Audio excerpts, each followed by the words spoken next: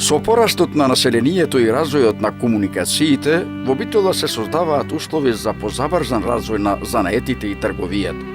Со зголемувањето на понудата пак се создаваат и повеќе чаршии. Во времето на турското владење, а и подоцна, односно се некаде до 60-тите години од минатиот век, во Битола существуваа повеќе пазари. Дрвен пазар, житни пазар, мас пазар, сточен пазар и така натаму и така натаму.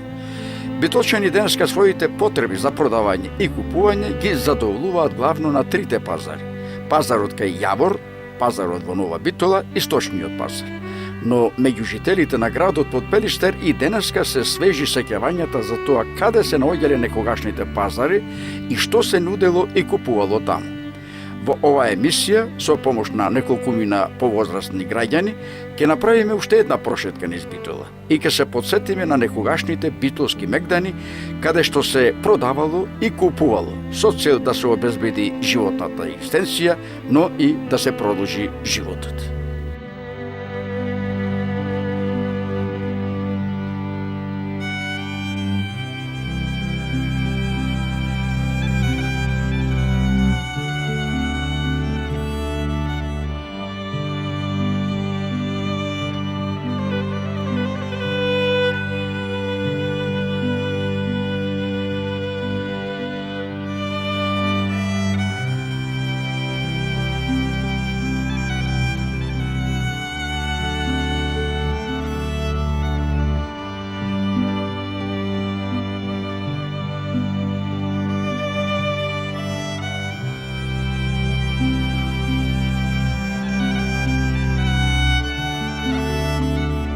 И од тука идеја најпоќе дрва што идеја од Малоишта и од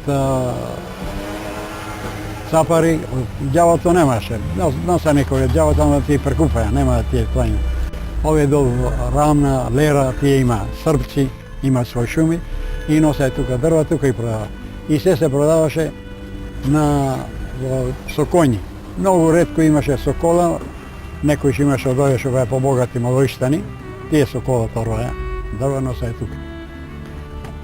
Овдека е место попознато со тоа што овдека имаме од Кашија еден турски гроб, што иде тука пала свеќи. Јас знаев и во петок, ама како што кажа, а други во четврток иделе. Ова место после познато пак е тука беше тука печатницата, социјален борец. Дајте се на дрвата сега. Какви дрва беа? Што дрва? Дрвата беа тука поиќе букови имаше и дабла, ама поиќе букови, од и Малоишта имаја поиќе сеча, поголема планина на дрвата поиќе букови беа дрва. А имаше многу овде магариња кои што се носеа дрвата или понекој така? Не, тука се носеа само во вторник и петок. Вторник и петок. Ретко некој да поминеше, ако му остане да имаше ресторан, па да и претвори. Иначе вторник и петок само, тогаш беше пазар. Секаде во Битола беше вторник и петок пазар.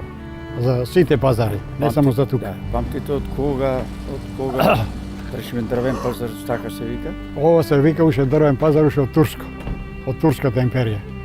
Ова ширина беше тука направено беше блиску бањата. Како што реков, ова ширина немаше тука ова барака.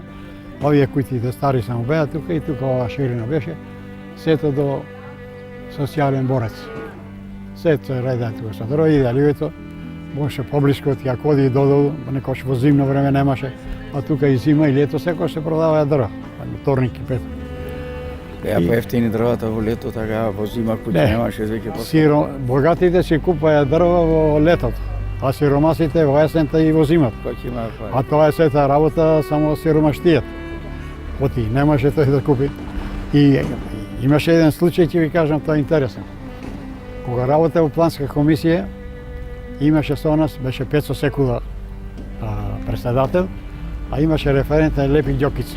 Покрај Лепи Ѓокица бев јас таму референт во планска комисија. И се дојди први и вика, дај 100 динари. Не знам, јас му давам 100 динари. Други, Јонче Лоле имаше, други некој таму и се, по 100 динари береше. Ќе доеше мај месец јуни, оп, дрвата ќе им стигне дома.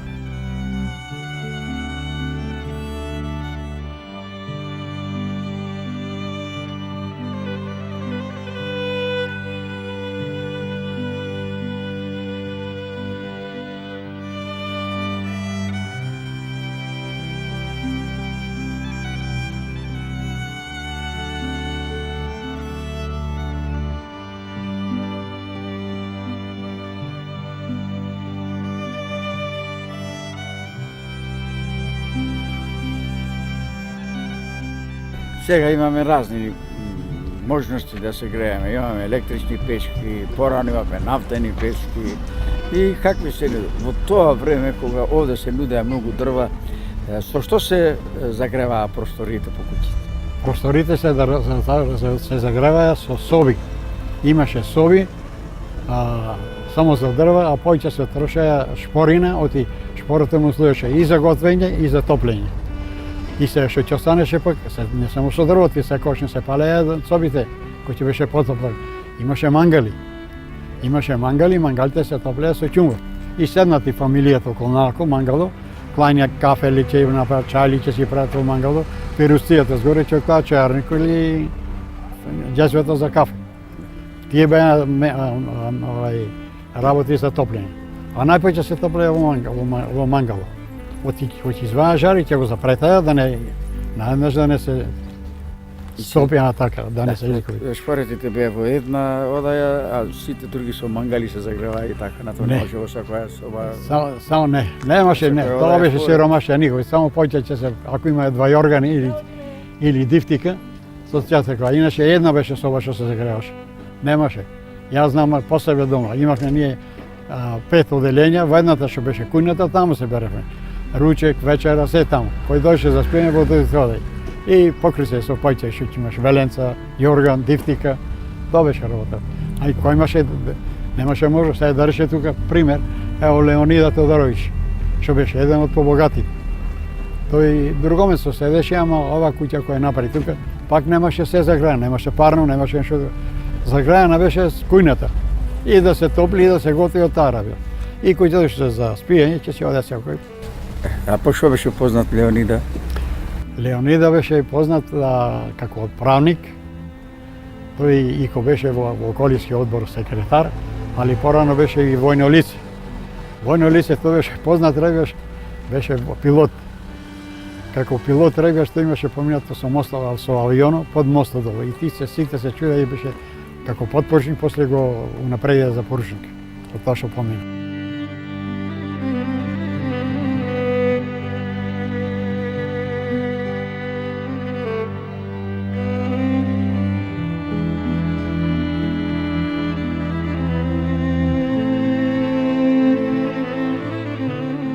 Според пишувањата на бројните патеписи, а и според кажувањата на Мехмет Тефик, кој за себе остави редок документ за минатото на Битола издаден во 1911 година, во времењата на назад во Битола постоеле повеќе светилишта. Едно од нив се наоѓа и денеска на Дрвен пазар. Кога го снимавме прилогот за Дрвен пазар, дојде жена и го отвори светилиштето. Тогаш видовме два гроба. Жената ни рече дека со сестра и се грижи за светилиштето кое го нарече Тек баба. Од неа дознавме дека тука некогаш биле погребани двајца браќа. Ова светилиште сега е покриено и затворено. Некогаш меѓутоа не беше така, беше отворено и до двата гроба имаше по една стара црница. Црниците денес ги нема, а на гробовите луѓето пала свеки надевајќи се дека така некаде ќе го најдат лекот за своите проблеми.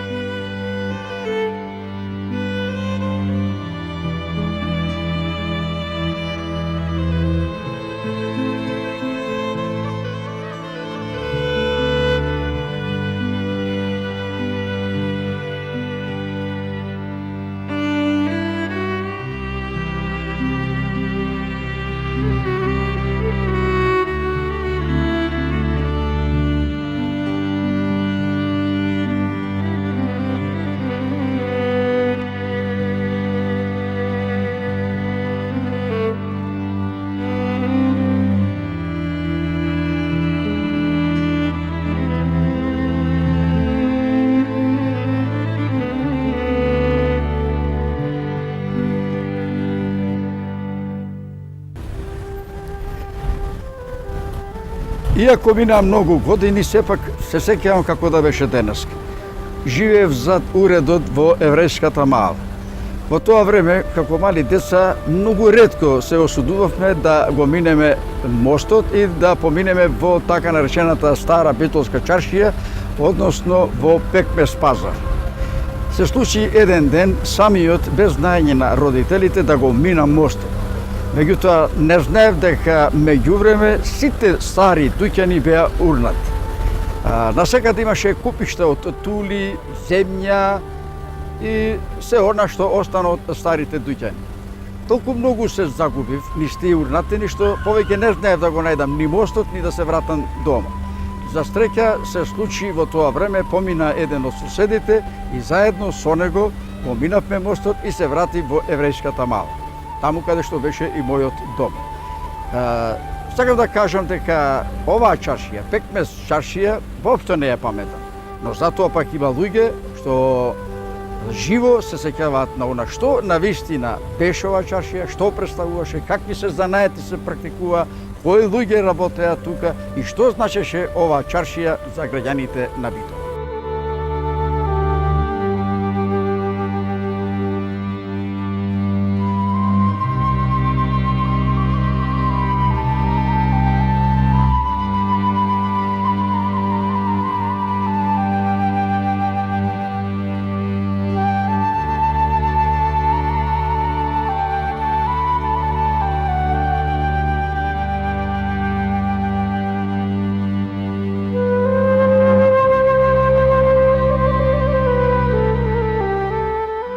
Овој простор што го покрива плоштадот за време на Кралевина Југославија и за време на окупацијата беше најдобриот, најубавиот дел на Битолската чаршија.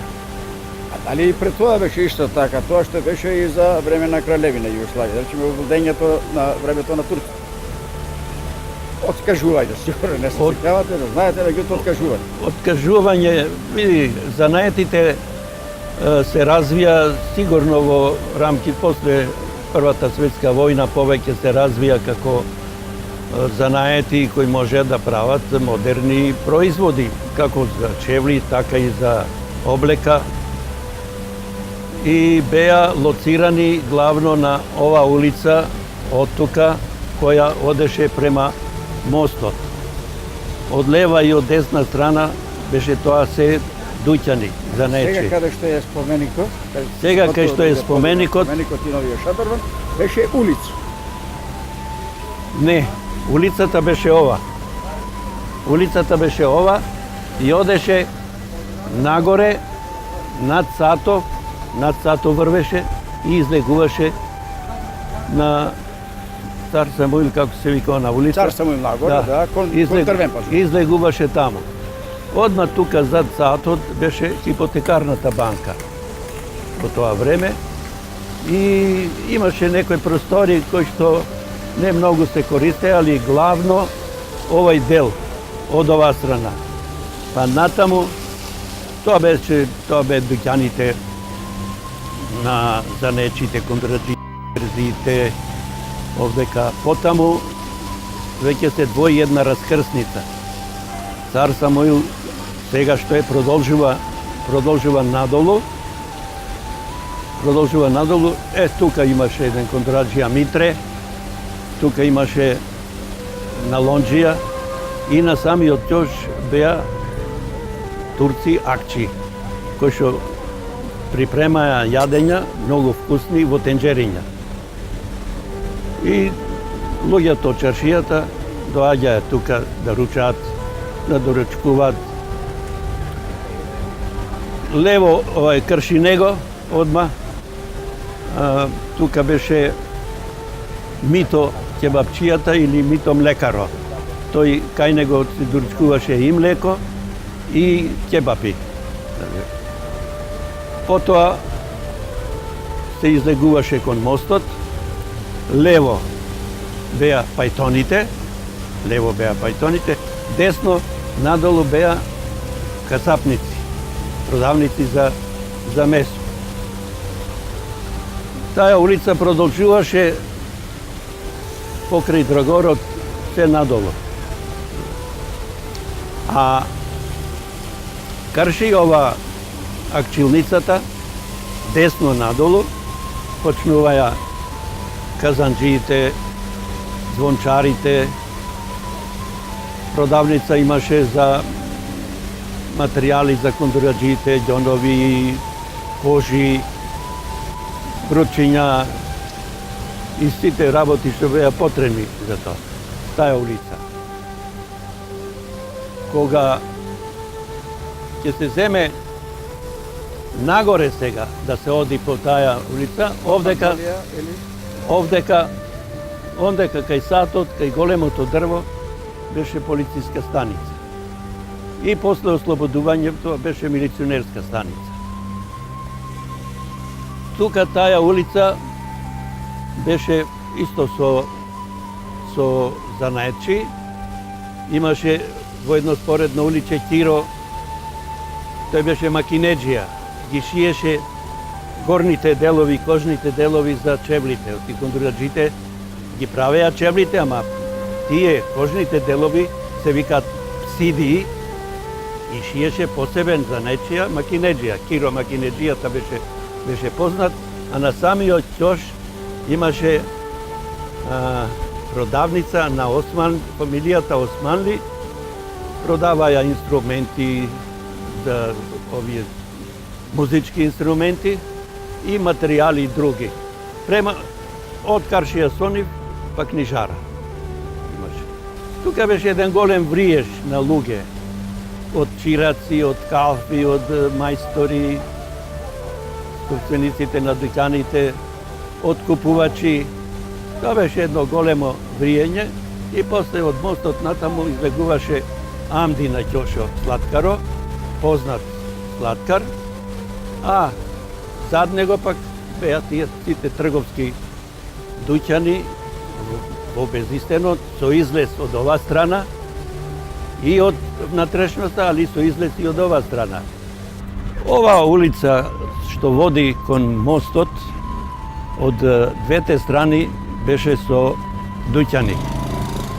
Главно занаетчиски дуќани, кај што доминирае кондураджите, а меѓу попознатите кондураджи од левата страна, некаде овдека, беше кондураджијата со фирма Источно дрво. А од десната страна, тоа значи тротоаров сега кај што е, со цел овој простор пред галеријата, тоа беше дуќани. Од десната страна попознат кондураджија беше Врцалка. А малце погоре од него, некаде овдека, беше еден друг кондураджија, името му го заборавив, меѓутоа познатиот Таку, планинарот. Неговиот татко имаше дуќан кондураджиски, а тој работеше кај татко му. И тој беше тука, но попознати беа овие двата што ги кажам. Зад островцето, од таа страна, почнуваја нови дуќани, покрај Драгор и од ова страна. Продолжуваја до мостот, кој што води кон СВР, кон судот, и од таа страна, од двете страни, десно постепакваја дуќани. Имаше тука терзи, имаше кондураджија, еден адвокатска канцеларија тука беше. Меѓутоа, после ослободувањето, по урнекот на Советскиот сојуз, кај што имало големи плоштади, без да се направи анализа, да се побара мислење од стручни лица колку вреди таа чаршија за историјата на Македонија, за богатството, за развојот на Битола. Едноставно се донесе политичка партиска одлука по иницијатива и се спроведе тоа да се сруши се. Меѓутоа, по известно време, некој паметен човек виде дека тој простор е гол, неискористен, сива една средина која мачно делува на човекот кој ќе помине огромен еден простор, па го урбанизира овој дел со изградбата на овој парко пред сатот, на зеленилото пред галеријата и така се оплемени овој простор. Меѓутоа, имаше и еден трагичен случај што при рушењето лесно се рушеа дуќаните, меѓутоа на почетокот кај споменикот сега што се гради, тука имаше една зграда на еден заболекар, градена од тврд материјал со фасадни цигли црвени, немаше малтар, фасадна црвена уба цигла. За да се сруши мораше таа зграда да се минира. Но и при минирањето секогаш се преземаат мерки на безбедност. На кое растојание треба да бидат и ова растурање овдека го правеа млади луѓе. Ударнички бригади, така се работеше. И требаше да се обезбеди, бидејќи при ставање на динамит да се сруши, може едно парче само да одлета до некаде и како што се случи, одлета една цигла и една од бригадирките, од учесниците, една девојка, беше погодена и почина. Таа беше така наречена една жртва за изградбата на плоштадот кај Сатот.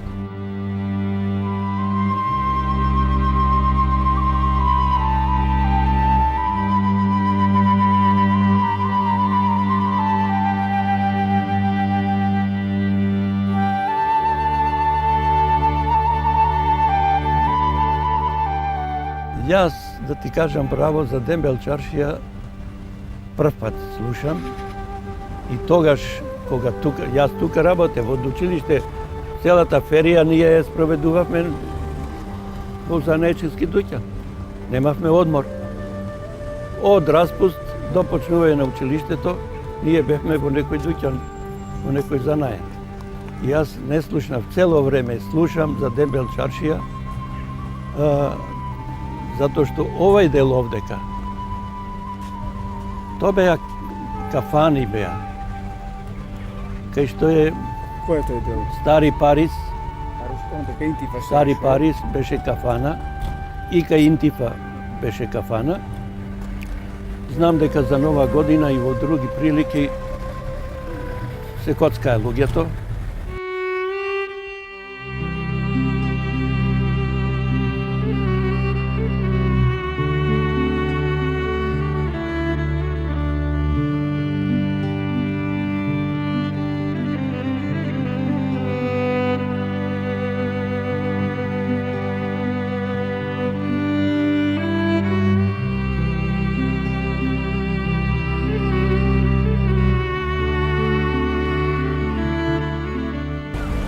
Во времето на Кралевина Југославија безусловно бил вака како што е денеска, меѓутоа подоцна околу него се изградени доста дуќани, така што безусловно практично и не се гледа. Ѓорѓевски, по што и како го паметите вие безусловно? Јас безистено го паметам ваков каков што е за време на Кралевина Југославија и за време на окупацијата. Од ова страна имаше влез во дуќаните. Главно овие дуќани од ова страна продаваја конфекција и трикотажа, али главно конфекција.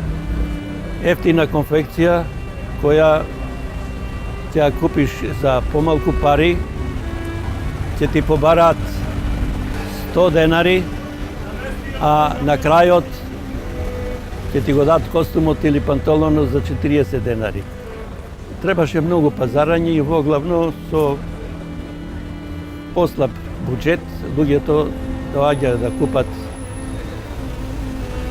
од овие дуќани и често се случуваше после една недела да ти падне ракавот, да се отпара сатенот од џакетот, да ти се отпараат панталоните или после едно перење на панталоните тие веќе не се носеа од таков материјал ефтин. Меѓутоа, богатите луѓе во Битола не купуваја конфекција.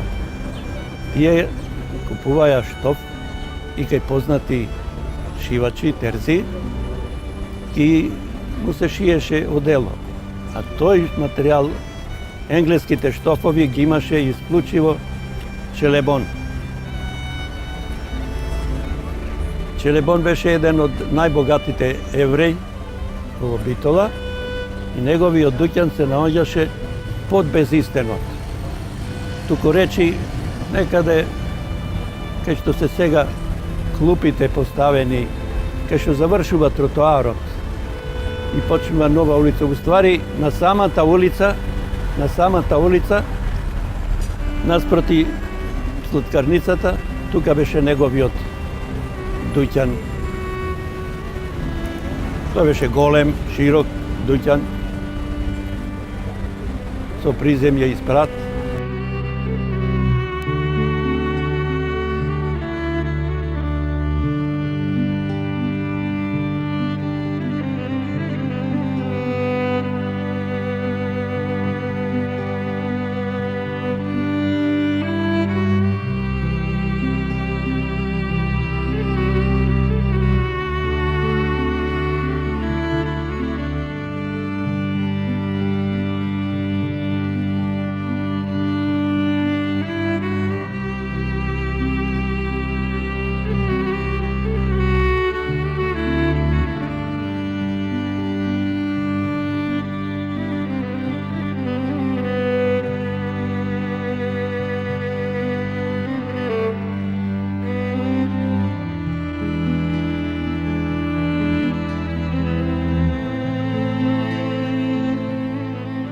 Овде надолу покрај Драгород Буковки продаваја пипер за готвење и пипер за макање.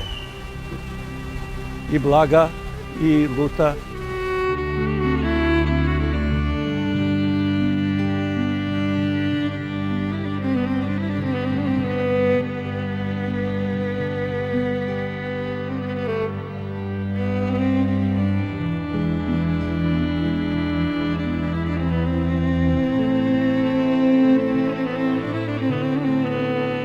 На овој простор, во овој дел овдека се наоѓаше аврата, така наречена, еврејски верски објект.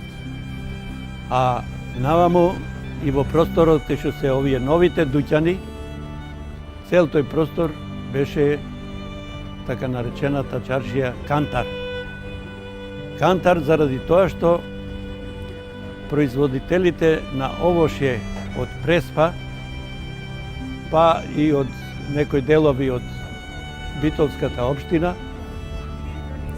производите од овошје, јаболка, круши, сливи, грозје, ги носеа на овај простор и тука имаше кантар и се продаваше на големо овошје. Тука доаѓаја приватните емивчи, си купуваја од продавачите и ги пренесуваја во своите дуќани да ги продават на мало.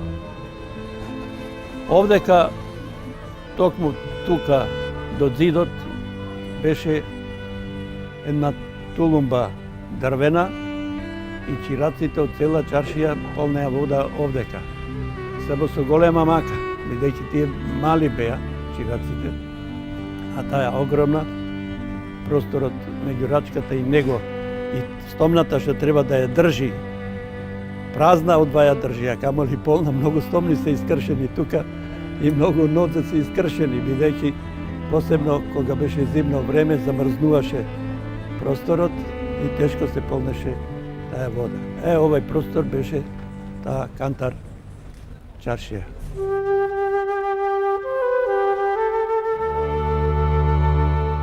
Во покриената чаршија исклучиво се продаваше зарзават. Битолските бавчанџи имаја свој производ од нивите, така наречени битолските бавчи. Своите производи ги продаваја овдека, во покриената чаршија. Тие се занимаваја, бавчанџиите, исклучиво со таа работа. Тоа му беше занимање и тоа им беше екзистенција. Меѓутоа, своите производи од бавчите ги носеа во покриената чаршија и тука ги продаваја свежи.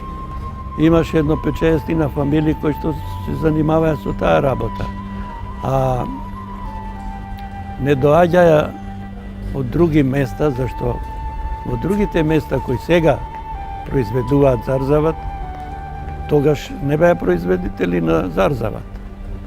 А Битола по број на жители не беше толкава колку што е сега. Значи потребите на Битола беа значително за 3/4 помали.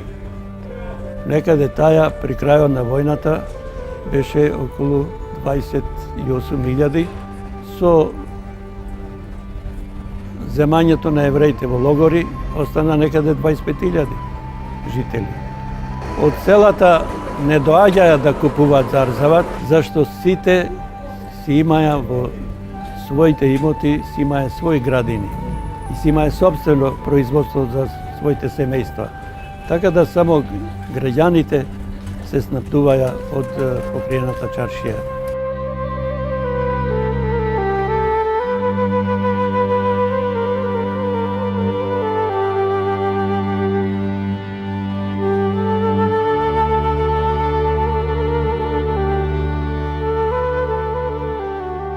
Просторот што е зад мене е така наречениот житни пазар. На житни пазар селаните ги продаваја своите житни производи. Пшеница, јачмен, рж. Покрај тоа се продаваја и пернати животињи, птици, гуски, пајки, зајаци, али главно пазар беше за житни производи.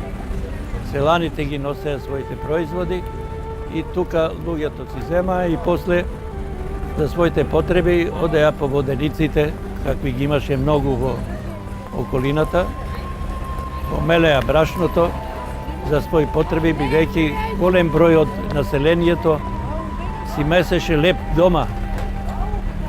Мал број луѓе, воглавно богатите, чиновниците, судиите, војните лица, полицијата, си купуваја производ печен од фурнител, а граѓаните си месеа дома. За своите потреби брашното го купуваја од посебни продавници за брашно. Тука баш на оваа страна имаше една продавница за брашно и вреќа две, колку што има можност материјална, ќе купеа дома за известно време да имаат да месат леб. Лебот го носеа на печење во фурни, на штица. Плаќањето беше месечно на рабуш. На горниот дел на самиот ќош имаше еден бербер, турчин беше, кој покрај берберските работи вадеше и заби. Луѓето немаја пари кај малкуте забари да одат да ги вадат забите и тогаш немаше пломбирање. Штом го заболи забо, одма се одеше на вадење и каде кај берберот.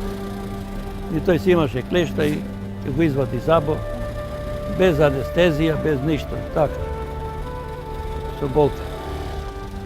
Од таа страна имаше дуќан за продажба на брашно.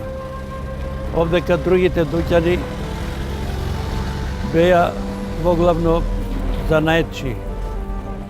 Имаше и терзи, имаше и јорганџи, а од таа страна нагоре, кај што почнуваше житни пазар, нагоре пак имаше емивчи, кои што продаваја овошје.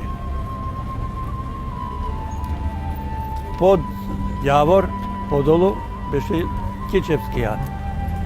Од тука тргнуваше автобусот за Кичево, а одма спроти Кичевски јан беше Овчки пазар.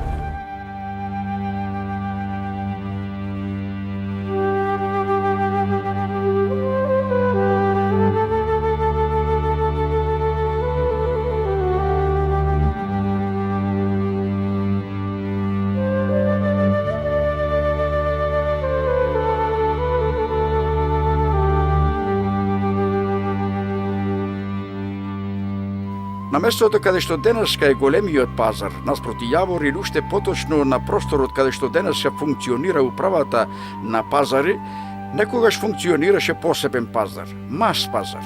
Името само по себе говори дека тука се нудеа млечни производи, од кајмак до маст. За разлика од некогаш, денеска на сегашниот пазар има посебни павилјони каде можат да се купат ваквите производи.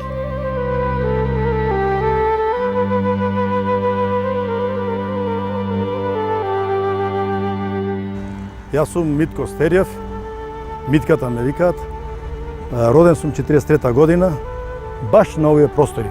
Поточно сум роден таму, во таа куќа. Таму. Тоа беа убави времења кога во Битола цветеа пазарите и по тоа и познат и самиот град. Баш на ова место тука се простираше познатиот овчи пазар. Таму се продава, како и самото име зборува, овци, кози, јариња во тоа време, кои ги имаше во изобилие некако денес. Ова место, таму постоеше еден ан. И тука постоеше на мала, тесна уличка, која што водеше, излегуваше на Ива Милутиновиќ, која во тоа време беше медакам, не беше коцка. Тука, на тие простори, таму постоеше прво кожуваро, потоа Пецо Берберо, Коачо, ко заборев како се вика, Самарџија од таа страна беа јавни клозети. На самиот ќош тука беше Смилевски ан, познатиот Смилевски ан. На Карчија оттаму беше Кичевски ан, кој што беше познат во тоа време. Селаните доаѓа главно претежно во тоа место, бидејќи тука беа сместени овчи пазар, житни пазар, птичи пазар, мас пазар. И познат беше по самата градба, која што беше со една огромна врата, се сеќавам убаво, огромна дрвена врата од бука варена, а внатре во самиот ан имаше чардаци, имаше на ширина, а горе имаше дрвени чардаци со едни прекрасни на ограда оформена, и ние како деца мали се качувавме горе, вртевме околу те чардаците, така да постоеше еден чувар, мислам дека се викаше Темелко, кој стално не бркаше, ради тоа што му правевме како деца доста бели. Таму се кај птичи пазар, подочно мас пазар, во тоа време постоеше познатото Битолско блато, каде што изобилуваше со многу убава флора и фауна. Поготово се сеќавам на убавите пајки кои што беа ишарани жолто, зелено, таму и беа самите селани кои ќе ги уловеа, ги носеа таму, ги простираа на земјата и така и ги продаваа. Во сеќавање ми остана и еден момент кој како дете малце не само јас, него и моите другари бевме уплашени кога се градеше таа зграда, фрижидерската сега зграда.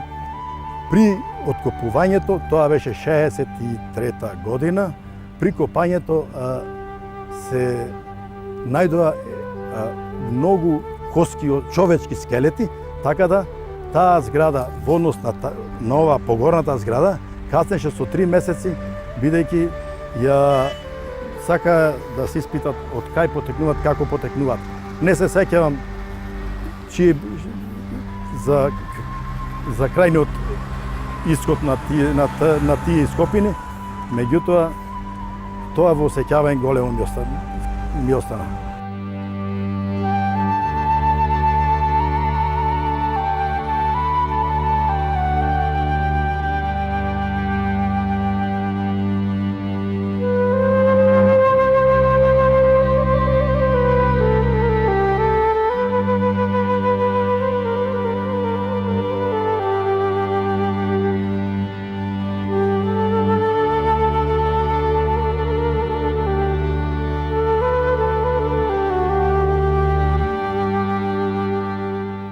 секој се интересиравме кога ќе бидат становите готови за да си влеземе во становите да живееме.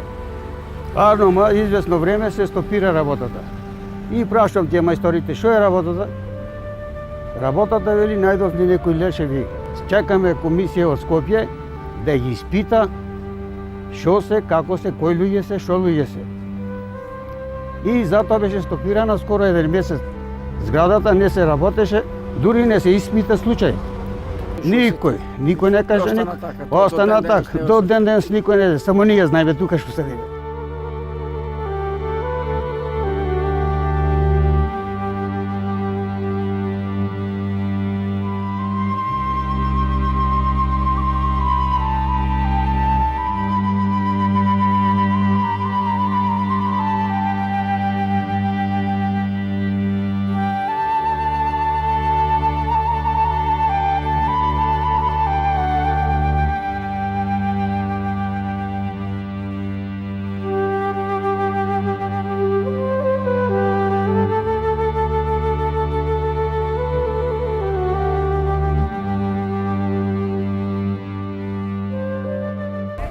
Постоечката рибарница беше и за време на Кралевина Југославија и за време на окупација беше рибарница, но не со толку продавници, помалку беа, меѓутоа тука на истото место беше рибарницата кај што е и сега и обично луѓето од село, па и од градо, купуваја риба кога прават некој обред во пости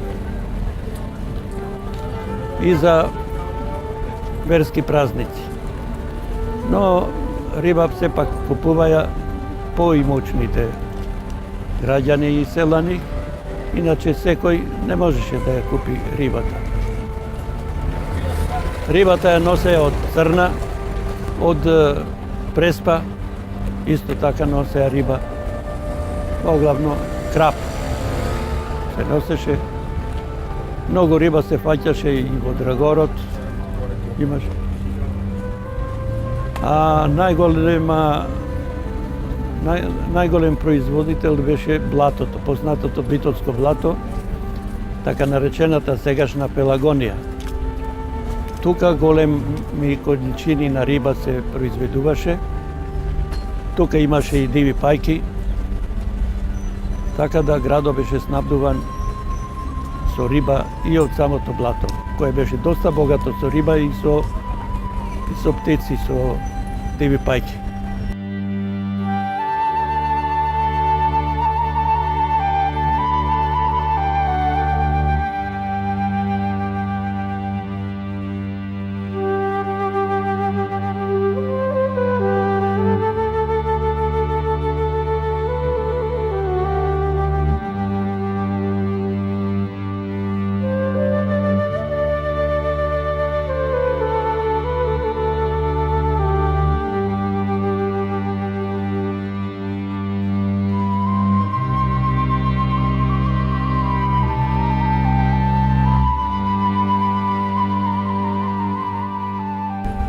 Во продолжение надолу од железното мовче кај бившето хемиско, надолу, сега се стамени згради, тука беше Атпазар, кај што се продаваја коњи, магариња, крави, и све крупен добиток се продаваше тука. Тоа беше исклучиво за тие производи, живи производи. Тука се снабдуваа касапите со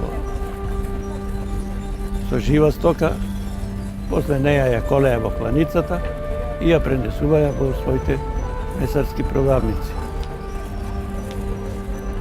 Таму кај што е Атпазар сега е стамбена населба. Други пазари немаше. Тоа беше пазарите.